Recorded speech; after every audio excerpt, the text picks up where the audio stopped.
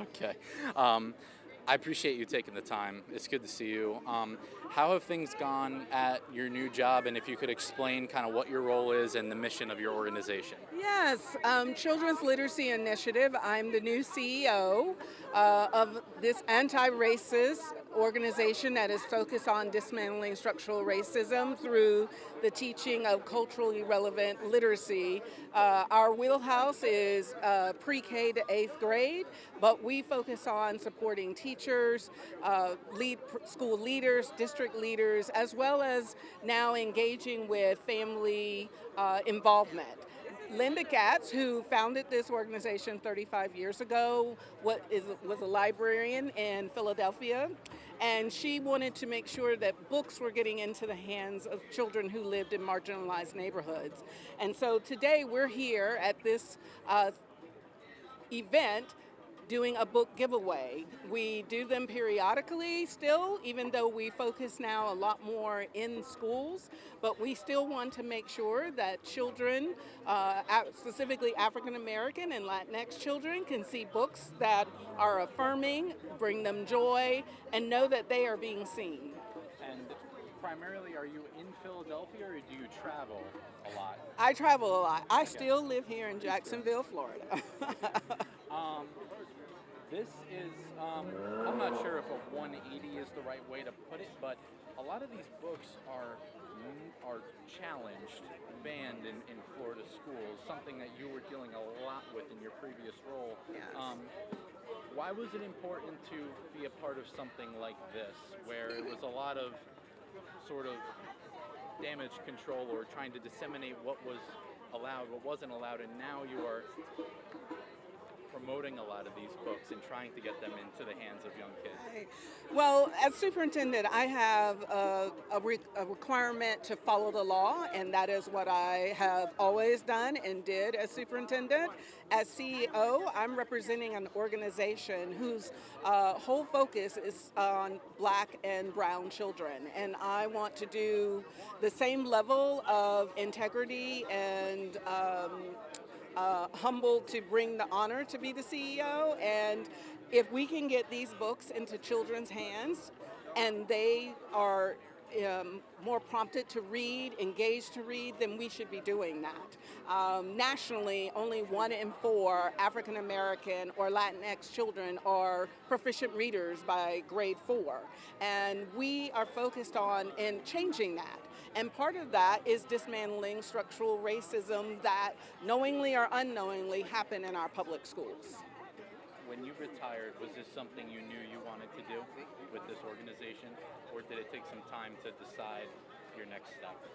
When this opportunity came to me, it was a no-brainer. I knew this is what I wanted to do. And in just talking with people tonight, how have you been received? How is what you're trying to do here been received? It's been received with open hearts and open minds. And first of all, this is not about me. This is about ensuring that Black and brown children have access to high quality books where they can see characters that resemble them. This book, Black Boy Joy, is amazing. And, seeing African American, Latinx characters doing great things in leadership roles. We have a book over there about the Williams sisters. We have a book over there related to the movie Hidden Figures. They need to see that they can be successful in whatever they desire to do and that these books are made available to them. What is your message to politicians who are actively trying to keep these books, Florida politicians who are actively trying to keep these books out of the hands of the kids that you are trying to get them into? My message is to our community.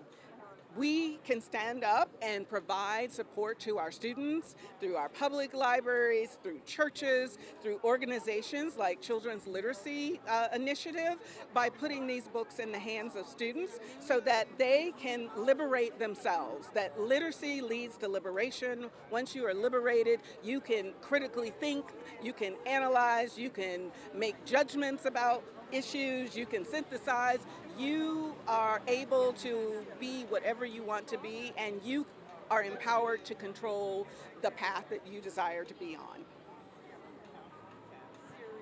the spot, sorry. I'm going to slide in and ask one question. For you to see so many people here supporting the idea of reading books from a variety of backgrounds, what does it mean to you as an educator of a few years to see so many people who have a desire to learn more and want to be able to share and disseminate that information? This is very exciting, very humbling, and I'm very honored that my organization was able to step up and be a part of this. A few years ago, Duval County Public Schools and the school board invested over $1 million in books of diversity, books that represent all of the students that we serve. And so it isn't just this event. It is the body of work that we have done to ensure that all students have access to high quality literature and that they can, again, be liberated through literacy. And lastly, I'm going to ask this question. Jacksonville has made waves in recent weeks because someone who was a white supremacist who did not fully understand their neighbors and was not fully aware of the various cultures here. My question is, beyond black people, how important is it that all people learn and have access to books and information that could conceivably broaden their horizons? It's important because when all people have access to a variety of topics and literature, you're going to find out that we're more alike than different. You will enhance your own upbringing, you'll enhance your own outlook on the world. As a former military brat and military wife, we traveled overseas, and it gave us a greater appreciation of living in the United States. But it also gave us a greater appreciation of differences, of different cultures, of different ways people celebrate, the different ways people mourn. But when it all comes down, bottom line, we're all human. And when we get cut, we all bleed red.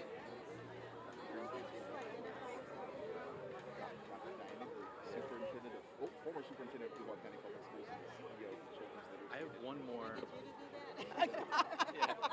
Yes, I'm Dr. Diana Greene, CEO of Children's Literacy Initiative. We are a national nonprofit based out of Philadelphia, but yet we serve all across the country. Black and Latinx children through literacy by using a culturally relevant pedagogy. Do you guys work with school districts, or is it primarily like just grassroots, like you just? No, we work with school districts, Okay. individual schools, yes.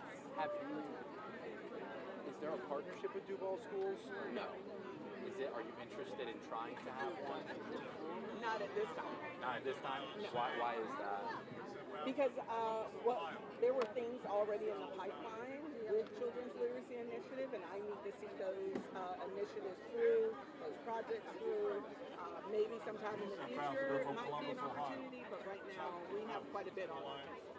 Thanks, Dr. Greene. I appreciate it. When you were him, Dr. Green, thank you. I have